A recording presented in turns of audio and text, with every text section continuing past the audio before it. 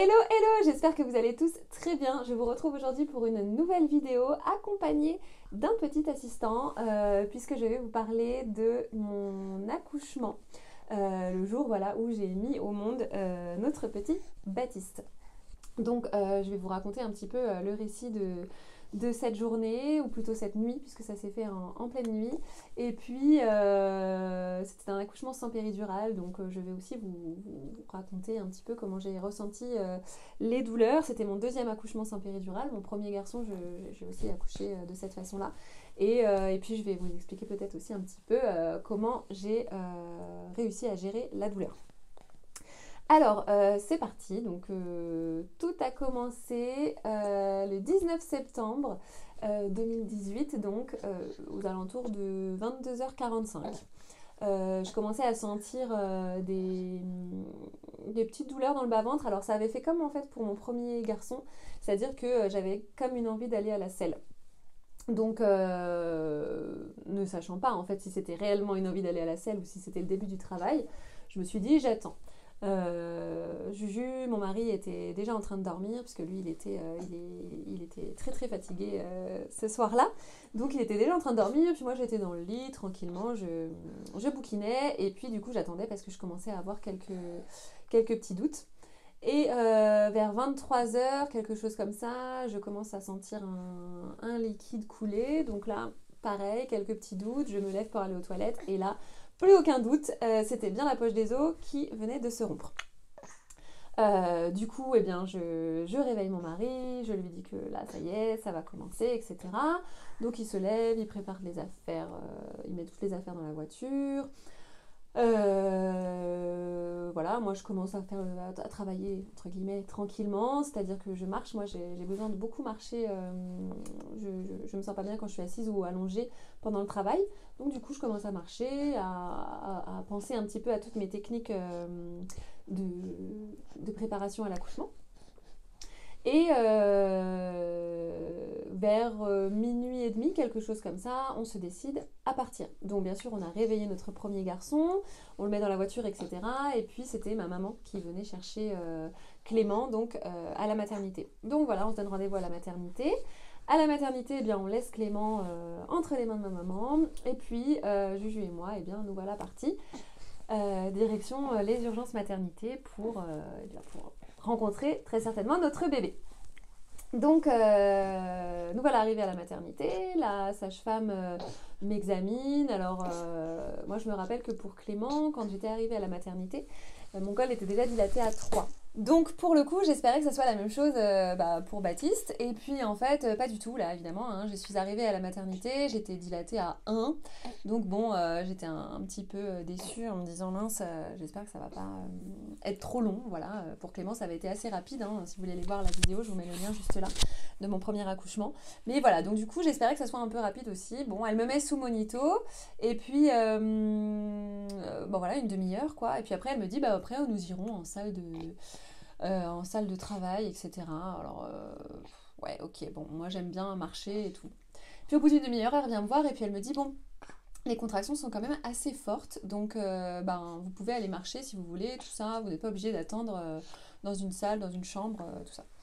Donc super, on part marcher, donc on était en pleine nuit, hein, il était peut-être 2h du matin, quelque chose comme ça, donc voilà, avec Juju, on était sur le parking, on faisait des photos, voilà, on profitait un peu de ce moment-là, et puis voilà, en pensant à notre préparation à l'accouchement, en essayant de se décontracter au maximum, parce que c'est comme ça que ça se passe le mieux, voilà, si on arrive à être zen le plus possible. Donc du coup, on essayait vraiment d'être dans cet état d'esprit-là. Voilà, j'ai posé mon petit assistant, il était fatigué, donc il est parti faire un gros dodo. Donc voilà, en fait, on marche, etc. On en profite, on se détend au maximum. Enfin voilà, on se dit que la rencontre avec notre bébé arrive et jusqu'au moment en fait où j'ai envie de pousser. Donc je me rappelle que pour Clément, c'était vraiment l'élément déclencheur en fait où je me suis dit là, il faut remonter.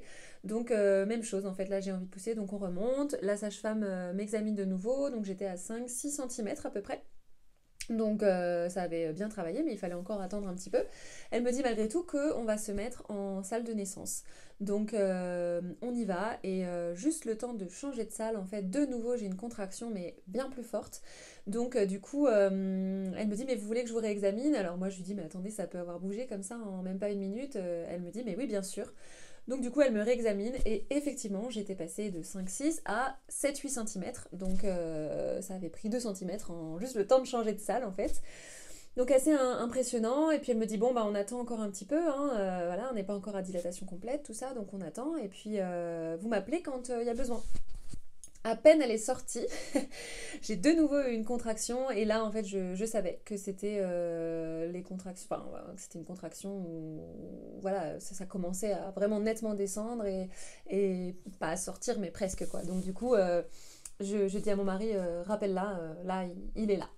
Et, euh, et donc elle revient et elle me dit effectivement, vous êtes à dilatation complète. Donc en fait, j'étais passée de 6 à 10 cm en 12 minutes. Donc voilà, ça a été très rapide, ce qui me permet aussi, mes accouchements sont rapides, hein, donc je touche du bois, ce qui me permet de tenir dans la douleur en fait. Je pense que quand c'est trop long, effectivement c'est là où c'est compliqué.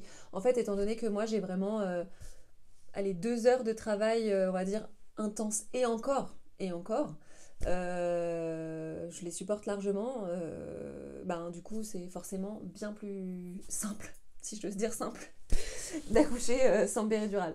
Simple, on n'ira pas jusque-là quand même, mais effectivement, quand ça dure dans la longueur, je pense que c'est là où c'est compliqué. Après, c'est à chacun de sentir ses limites, de sentir, voilà, si dès le début vous souffrez le martyre, bah, ne vous torturez pas en fait, hein. Il y a des méthodes pour vous soulager, donc profitez-en, il faut que ça reste un bon moment. Donc du coup, ben, voilà, c'est parti, on s'installe. Alors on avait pour projet de naissance, comme pour Clément en fait, que, hormis le fait que ce soit sans péridurale, que Julien bah, mette au monde Baptiste. Donc du coup, eh bien, la sage-femme a commencé le travail. Voilà, jusqu'à temps en fait que la tête sorte, c'est la sage-femme qui a géré et toute la fin en fait c'est Julien qui l'a fait. Donc voilà, c'est lui qui a fini de sortir Baptiste, qui l'a posé sur mon ventre, qui a coupé le cordon. Enfin voilà, c'est vraiment Julien qui a mis au monde notre deuxième petit homme. Donc ça c'est voilà, c'est juste magique. Après c'était un choix personnel, hein, lui comme moi, voilà, je peux comprendre aussi qu'il y en a qui ne le souhaitent pas, mais voilà, c'était vraiment juste parfait et magique, un moment unique quoi, dans une vie, c'est merveilleux.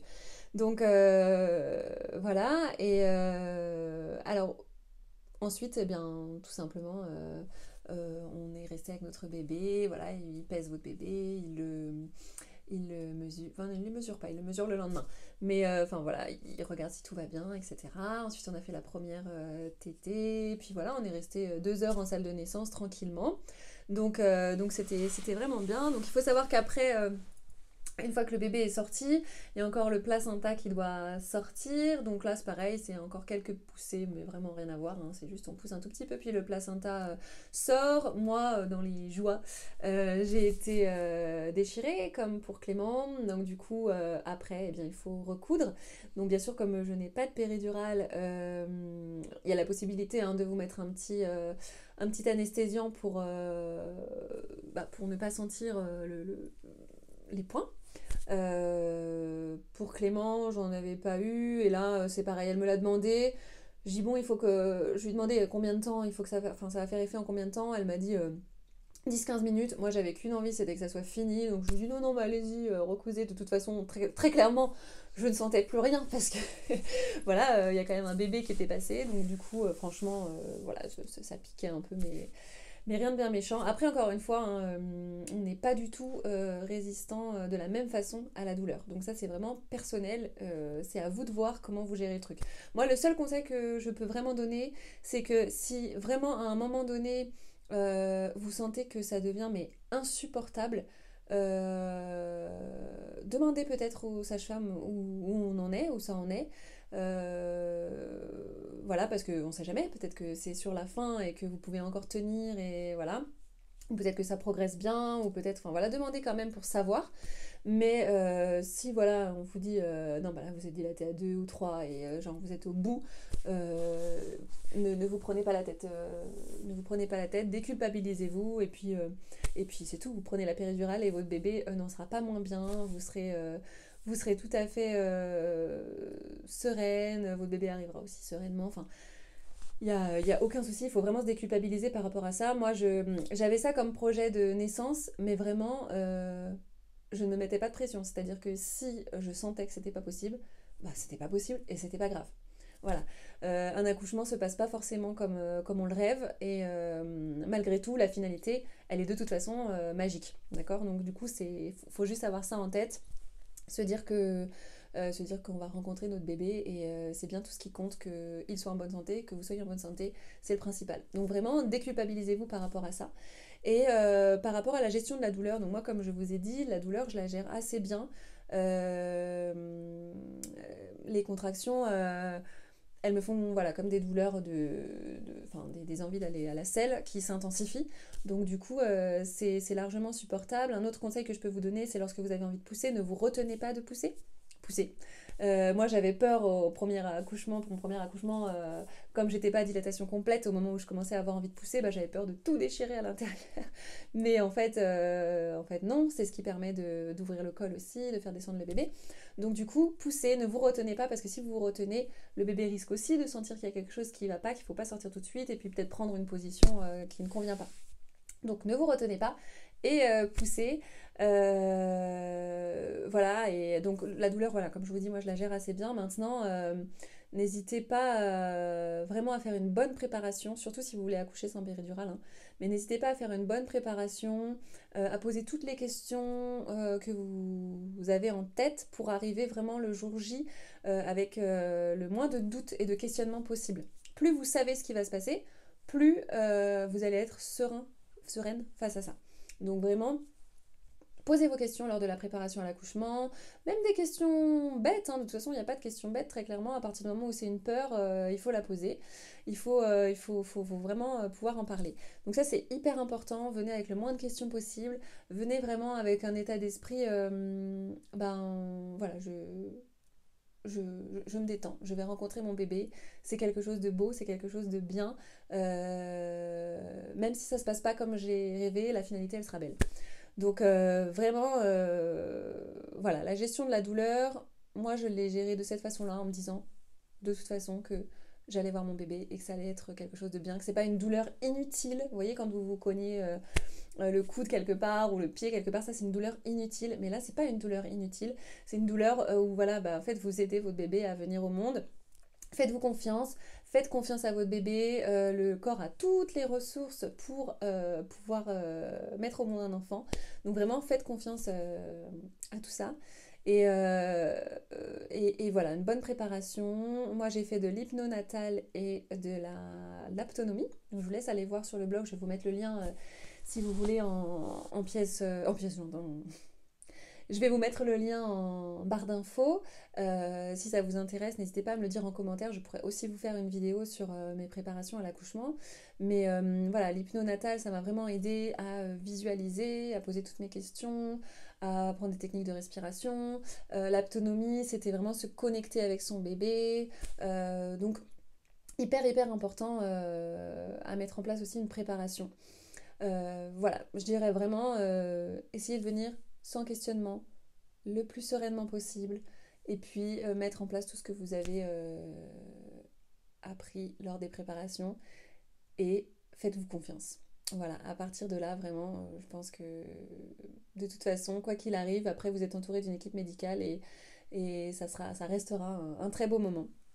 Donc, donc voilà, pour ma part, j'ai eu vraiment 2 accouchements juste parfaits et je reconnais que c'est vraiment une grande chance.